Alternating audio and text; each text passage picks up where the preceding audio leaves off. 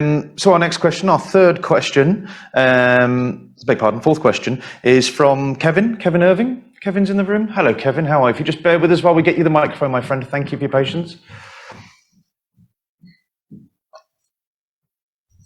Brilliant. Cheers, Carl. Thanks, Jamie, for taking the question.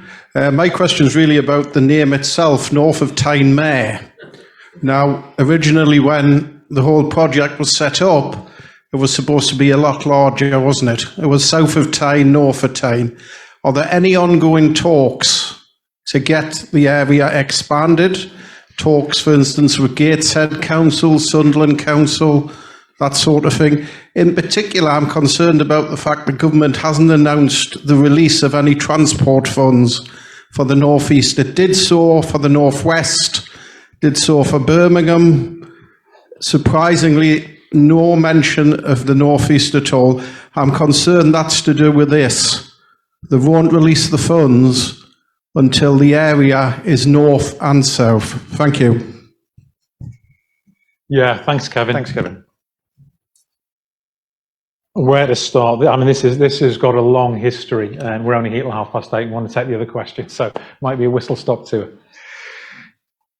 The region initially had discussions about coming together, and this mayoral combined authority would have been launched, including what's called the LA7 locally. So it's the three authorities north of the river, Northumberland, North Tyneside, and Newcastle, who are now part of the North of Tyne Combined Mayoral Authority, and there's too many words in that for a start. Then south of the river, you've got Durham, but you've also got in Tyne and Weir, Gateshead, South Tyneside, and Sunderland, because not everybody's aware of where council boundaries are. Now that failed for various reasons. Some people had genuine concerns that it was going to be a vehicle for cuts, that they didn't want it. It also failed, I think, to some extent, due to a failure of diplomacy. So as soon as I was elected, I started speaking to everybody south of the river. So the short answer to your question is yes, there's been discussions ongoing since the moment I was elected, and started doing a tour and talking to everybody. And it's fair to say people were in a very different place. And there's been a lot of discussions. I have a rule that no matter who I'm talking to, if it's a private discussion, it stays private. Otherwise, people stop talking to you and you don't get anywhere. But I can tell you those things that are close to the public domain. Back in, must be February 2020, I might have the exact date wrong. So this was when I was in the Treasury, in the Chancellor's office. This is back when Sajid Javid was Chancellor, so it gives you an idea of how long ago that was. It wasn't long, but I collared some junior ministers when I was there and started talking about it. In fact, we found out that this, what is now called the City Region Sustainable Transport Settlement, CRUSTS, that you referred to, was going to happen. And this was to be a £4.2 billion pot, which the mayoral combined authorities outside of London could get a share of. Now, the Tyne and Weir Metro is by far the single biggest public transport asset that exists in the Northeast. And for obvious reasons, it has to have the whole of the Tyne and Weir authorities, at least, involved in a mayoral combined authority, get those powers devolved to a mayor. Because you can't change the governance of a train as it goes over the Metro Bridge, the Queen Elizabeth Bridge, isn't it, that one, as it crosses the Tyne.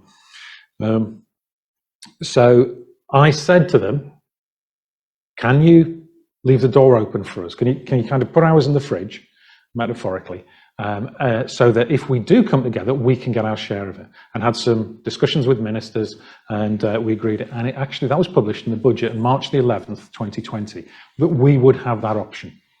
Now, that was reconfirmed in the budget later that year. A lot of things got put back because of COVID. Yeah, that's a reasonable excuse for central government to delay some things. We've got to accept that.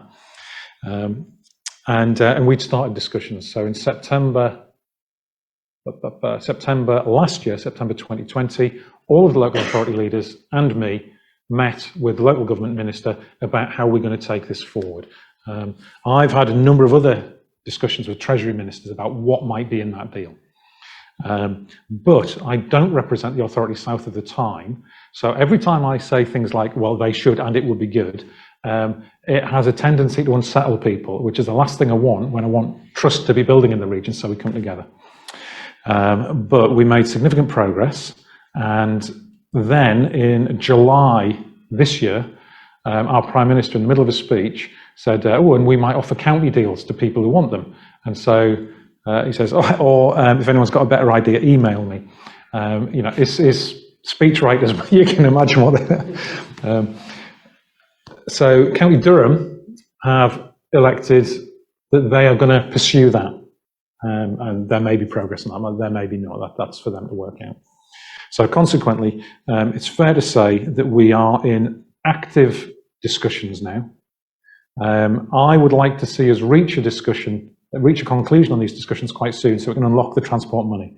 There are a series of letters that have come back from ministers saying, yes, you will get this if. And the position is, if Sunderland, Gateshead and South Tyneside join with the North of Tyne Combined Authority, I've made it quite clear it will be the North of Tyne Authority changing its boundaries, changing its members. Obviously we want the ideas and the input and the priorities of the people from the south as well.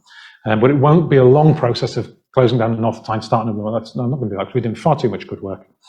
But this also has to appeal to Northumberland. So there are lots of things we can do with transport in Northumberland.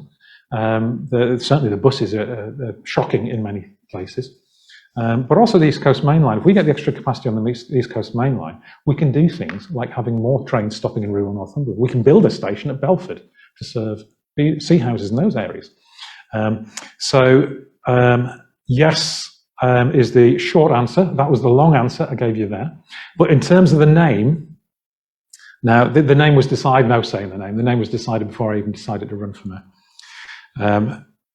Prudder is south of the river. Hexham is south of the river. So North of Tyne doesn't quite work for everybody. It's also really, really confusing because we have a North Tyneside as well. And so people often get the two confused.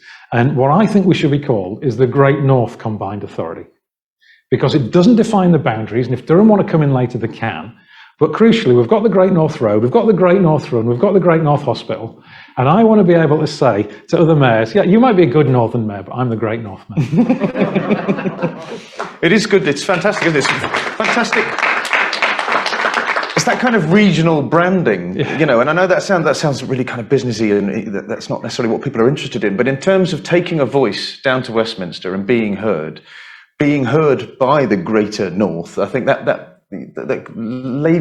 lends a greater gravitas. I think it kind of gives more, and the regional pride and everything that we all feel about being from the Northeast and living in the Northeast and working here. I think the Great North is a great title. I'll be an advocate. I'll vote for that.